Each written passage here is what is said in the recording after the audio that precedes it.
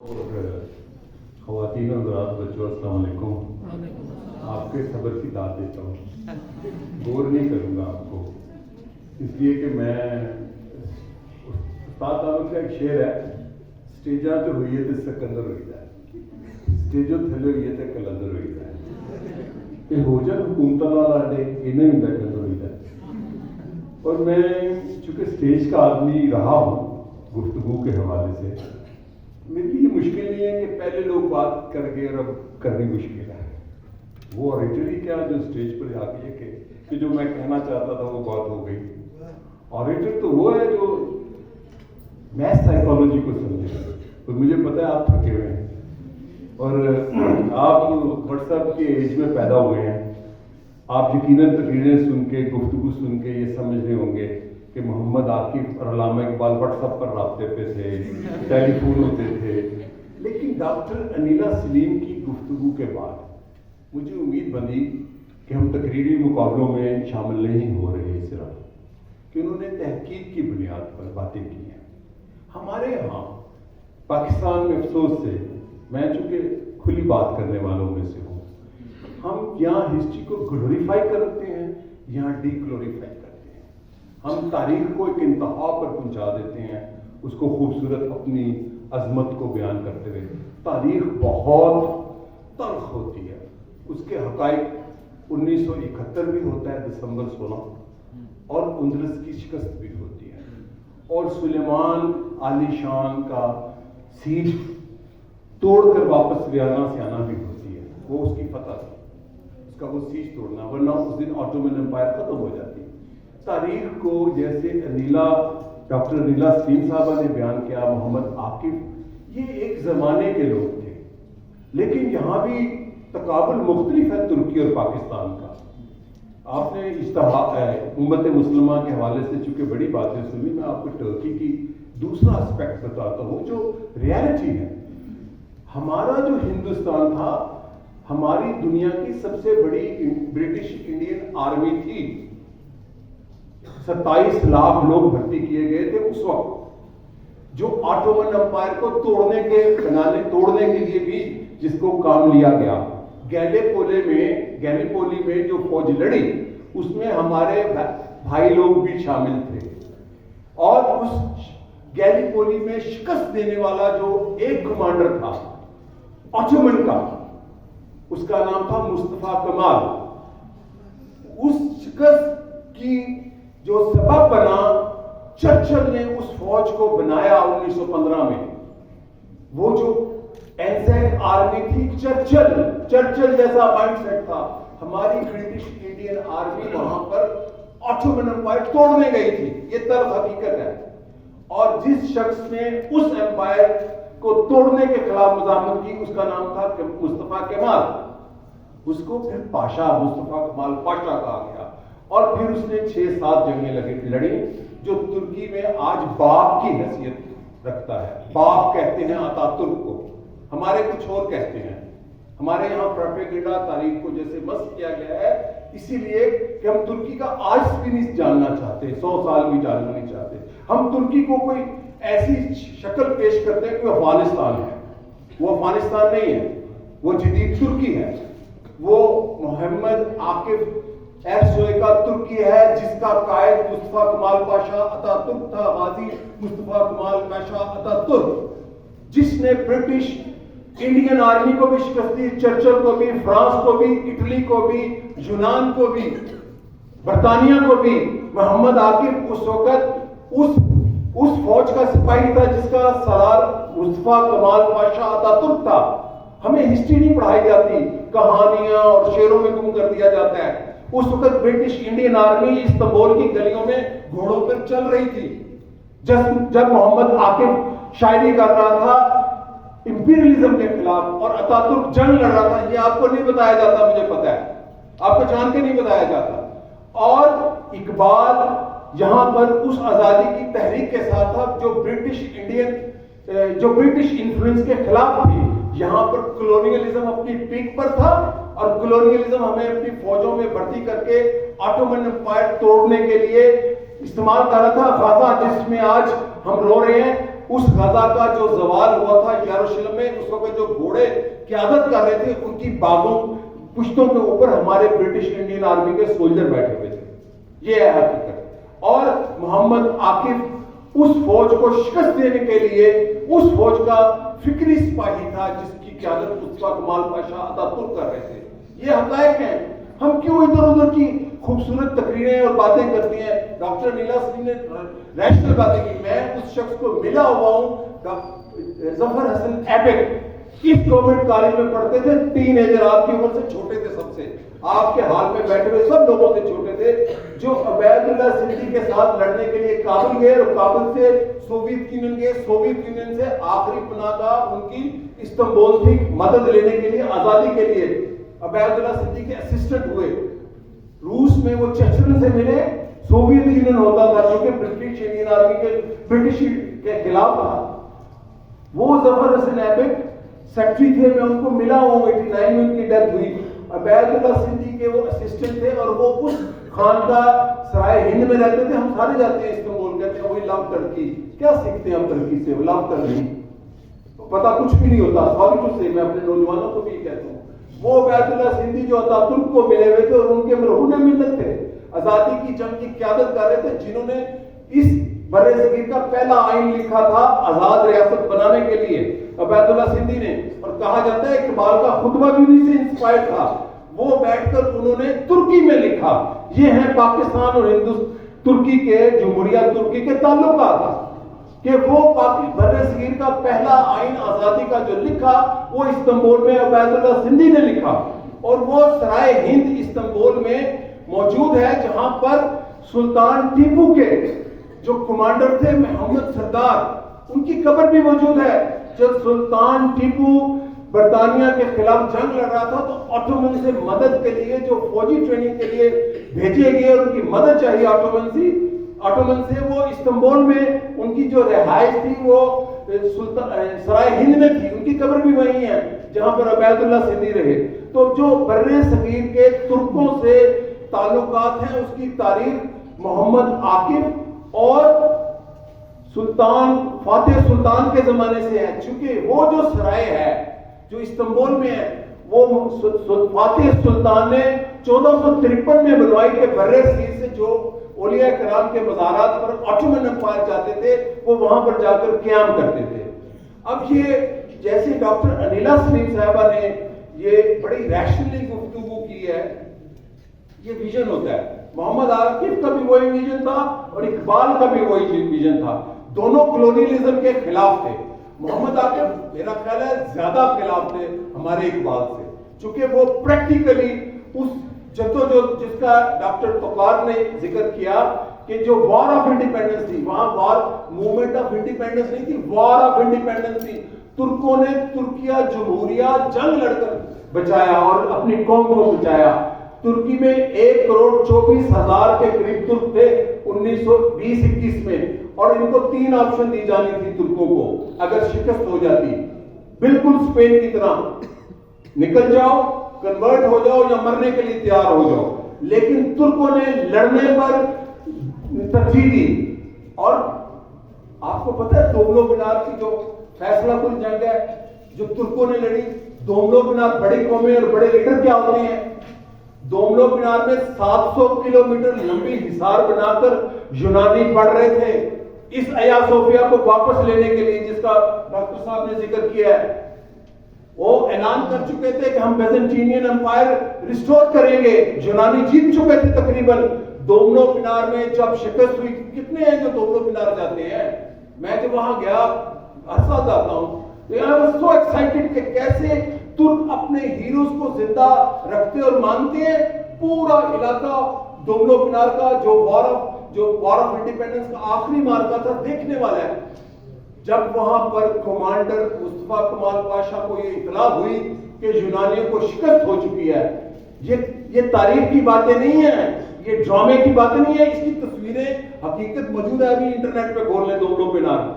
تو یونانی فوج کو شکست ہوئی اور اس میں شکست کے بعد اتا ترک کو جب میسج آتا ہے جو ہوتی ہیں بڑی قومیں اور بڑے لیڈر، تو ایک یونانی پرچم وہاں پر بچھایا گیا کہ اتا ترک فاتح کی حیثیت سے پرچم پر چلیں گے. کیا اسٹیٹمنٹ ہے. یہ بڑی قوموں کے لیڈر ہوتے ہیں. اس نے کہا جس کو شکست دی کہ یونان ایک مملکت ہے, اس کا پرچم اس کی عزت ہے, میں اس پرچم کی اور اس ملت کی توہین نہیں کروں گا, یہ پرچم کو لپیٹو اور میں فاتح کی حیثیت سے آپ کے یہاں پر سائن اور سرنڈر, جیسے ہمارا سرنڈر ہوا تھا اندلس میں یا مشرقی پاکستان میں سائن ہوئے, یونانی فوج کے جرنیل گرفتار ہوئے, وہ پرچم پر نہیں چلا. یہ ہوتی ہیں بڑی قومیں.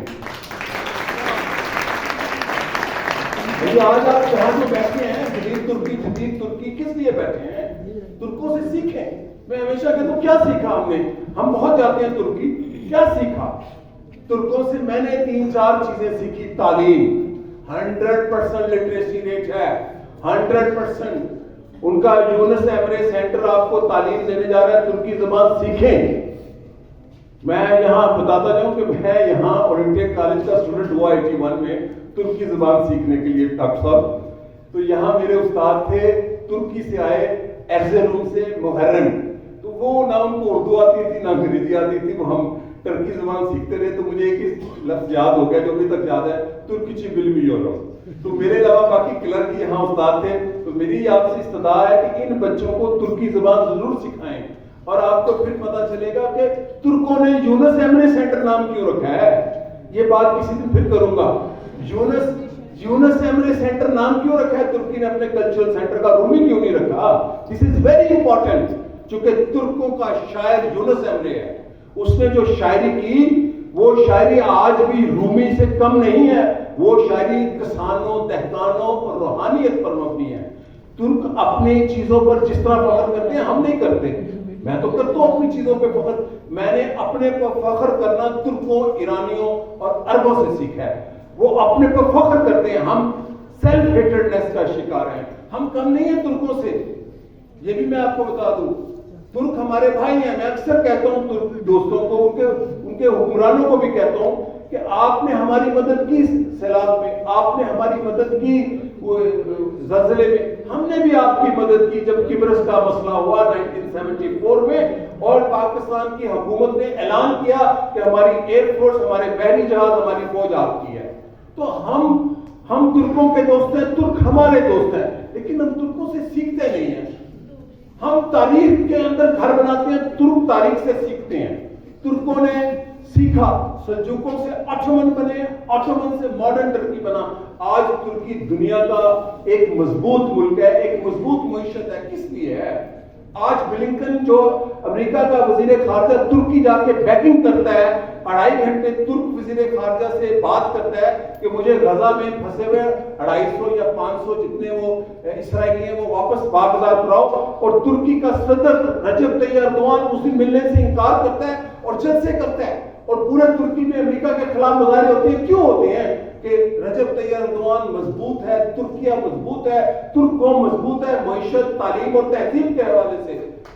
یہ ہوتی ہے.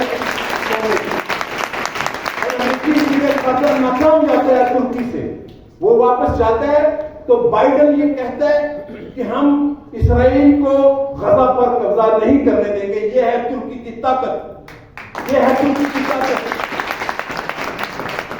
ترکی کی طاقت کا آپ کو اندازہ ہی نہیں ہے. ترکی اتنی بڑی طاقت ہے کہ اسرائیل کی سب سے بڑی رکاوٹ اس پورے مڈل ایسٹ میں اگر کوئی مملکت ہے تو وہ ترکیہ جمہوریہ ہے. وہ اپنی تعلیم, اپنی ٹیکنالوجی, اپنی تہذیبی ترقی کی بنیاد پر ہے. اور ہم یہ سیکھیں کہ ترکوں نے تعلیم اور تہذیبی ترقی, یہ ڈاکٹر توکار سے پوچھیں کہ ترکی کی ترقی کا راز کیا ہے. وہاں پر جیسے آپ کو ابھی ڈاکٹر صاحبہ بھی کہہ رہی تھی, ڈاکٹر توکار نے بھی کہا, اور کامران صاحب نے بھی یہی کہا, اور ڈاکٹر صاحب نے بھی یہی کہا کہ وہاں تو اقبال ترجمہ ہو چکا ہے. ہمارے محمد عاقب ترجمہ نہیں ہوا. ہم کہانیوں میں پھنسے ہوئے ہیں کہ پتہ نہیں واٹس ایپ پر رابطہ تھا علامہ اقبال کا اور محمد عاقب کا. تو یہ باتیں ہم لاجیکل کیوں نہیں ہوتے؟ ہم صرف ایموشنل کیوں ہوتے ہیں؟ ہم سائنٹیفک, ترکی کی ترقی کی راز سائنٹیفک ہے. آج ان کا جو ڈرون ہے دنیا میں دا بیسٹ ڈرون ہے, دنیا کا دی بیسٹ ڈرون ہے ترکی کا ہے. لیکن مجھے اس پر بھی فخر ہے, یہ بھی مجھے پتا ہے کہ ہمارے سے وہ پوشاک خریدنے کے لیے بےتاب ہے ترک. مجھے اس پر فخر ہوتا ہے کہ پاکستان کے جا صدر رجب طیب ایردوان نے کوشش کی کہ یورپ پلین مل جائے یورپ سے, انہوں نے انکار کر دیا جرمنی نے، فرانس نے، اٹلی نے، پھر اب ان کی خواہش ہے، کوشش ہے اور کامیاب ہے کہ پاکستان کا بنایا ہوا مشاق تیارا جائے گا، ہم ٹیکنالوجی کا ایکسچینج کریں. اور مجھے بڑی خوشی ہے کہ انسٹیٹیوٹ آف اردو لٹریچر اور یونس ایمرے سینٹر نے یہ جو دوستی کا تعلق ہے بسوں، میٹرو بسوں سے نکل کر تعلیم، علم اور ثقافت سے جو ہے، قوموں کی ترقی ثقافت سے ہوتی ہے. جب شہباز شریف پہلی دفعہ ترکی جا رہے تھے، آج میں یہاں بتا دوں، آگے تو لکھ چکا ہوں، تو مجھے انہوں نے پوچھا، بلایا اور مشورہ کیا، 2010 کی بات ہے، ترکی میں جا کے کیا کیا کہنا ہے. میں کہ یہ نہیں کہنا، یہ جو ہم یہاں باتیں کرتے ہیں یہ کہنا ہے.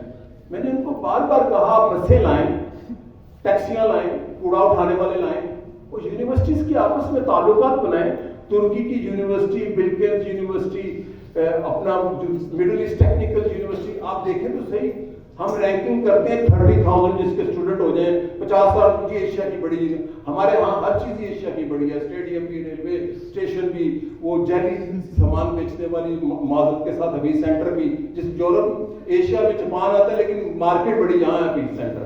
تو یہ جو ہم نکلے ہم اپنے مغالطوں سے، ترکی کا راز ان کی استقلال، آزادی پسند لوگ ہیں، سیلف رسپیکٹ. ترک جتنی اپنی ملت اور وطن کا رسپیکٹ کرتے ہیں. میں اکثر کہتا ہوں معذرت کے ساتھ ذرا کہ میں یہاں پاکستان آتا ہوں تو میرے جوتے زیادہ گندے ہو جاتے ہیں. ترکوں سے میں نے ایک اور چیز سیکھی، یہ بھی میں آپ کو 83 میں فرسٹ ٹائم گیا، ہمارے گھر میں 2 جوتے ہوتے تھے، ایک جوتا باتھ روم کا، ایک باہر سے لے کے آتے. جب میں فرسٹ ٹائم ترکی گیا 83 میں ٹریول کسی سے، تو میں نے یہ سیکھا 3 جوتے ہونے چاہیے، یہ ہر ترک میں ہوتے ہیں. ڈاکٹر صاحب صحیح کہہ رہا ہوں نا میں؟ ایک جوتا باہر کا، ایک جوتا آپ کو میزبان اندر کا، اور ایک جوتا باتھ روم کا. اب میں یہاں جب سڑکوں پر چلتا ہوں جہاں پر ہم تھوکتے ہیں، یہ میں نے پورا برس گیٹ میں پہلا خطہ دیکھا ہے جہاں پر سڑکوں پر تھوکتے ہیں اور گن ڈالتے ہیں اور پھر لکھتے ہیں یہاں کرنا منع ہے. یہ میں نے ترکی میں نہیں دیکھا، میں نے کسی کو تھوکتے ہوئے نہیں دیکھا. یہ نہیں کہ وہ صرف صفائی پسند ہے، وہ تو ہے، وہ محبت کرتے ہیں اس سرزمین سے، وہ زمین کو ماں سمجھتے ہیں. کیا ہم نے سیکھا؟ ہم گند ڈالنا، ہمارا تو ایک جملہ ہے، میں اپنی ایک کہانی بھی لکھ رہا تھا کل، وہ گندا کپڑا کیا ہے میز صاف کر رہا ہے. کبھی ترکوں کو میز صاف کرتے ہوئے دیکھیں، کس صفائی سے، کتنی صاف چیز سے کرتے ہیں. تو جو محمد عاقف کا زمانہ ہے، جو اقبال کا زمانہ ہے، وہ امپیریلزم کا زمانہ ہے. ان میں ایک فکری ہم آہنگی ہے. اور جیسے ڈاکٹر نیلا سلیم صاحبہ کی ریسرچ ہے، ڈاکٹر صاحب بہت شاندار، انہوں نے پیپر پڑھا، وہ ضرور آپ بہت کمال ہے.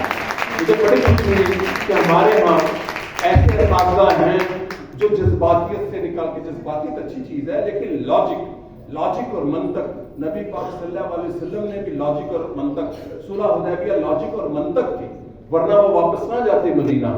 تو لاجک اور منطق از ویری امپورٹنٹ. تو ترکوں سے میں نے سیکھا اپنے وطن سے پیار کرنا.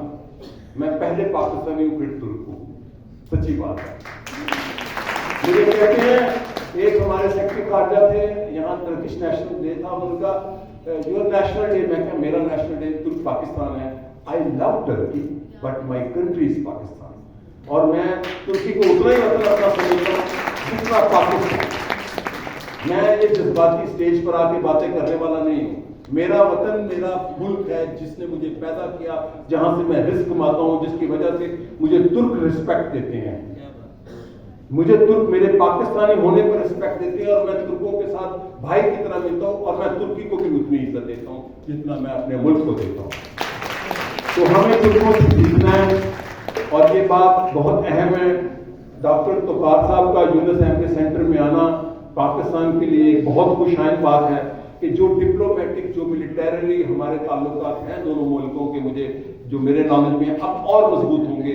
اور اس میں یونیورسٹیز کا انوالو کرنا، ڈاکٹر کامران ہیں، ڈاکٹر زیاد صاحب ہیں، جتنے یہ ایجوکیشن انسٹیٹیوشنز ہوتے ہیں اس کی بنیاد پر قومیں ترقی کرتی ہیں. اور ترکی کی ترقی کا راز لٹریسی ہے، 100% لٹریسی ہے، اور جدید تعلیم ہے، جدید علوم ہے. جدید علوم بھی دینی تعلیم ہوتی ہے. میں نے ایک عالم دین سے پوچھا دینی تعلیم کیا ہے؟ کہتے ہیں دینی تعلیم یہ تو نہیں ہے کہ صرف دین کی تعلیم، دنیا کے علوم بھی دینی ہے. میرے دفتر میں بیٹھے ایک بڑے اسکالر ہیں، شاید کل وہاں ہوں گے، کہتا ہے ہمارا دینی گھرانے سے تعلق ہے. میں کہا ہمارا غیر دینی گھرانے سے تعلق ہے. ہم نے کیسے جملے کھڑ لیے ہوئے ہیں. تو ترکوں سے ہمیں سیکھنا ہے ان کی ٹیکنالوجی، ان کا علم، ان کی ترقی اور اپنے وطن سے محبت کرنا.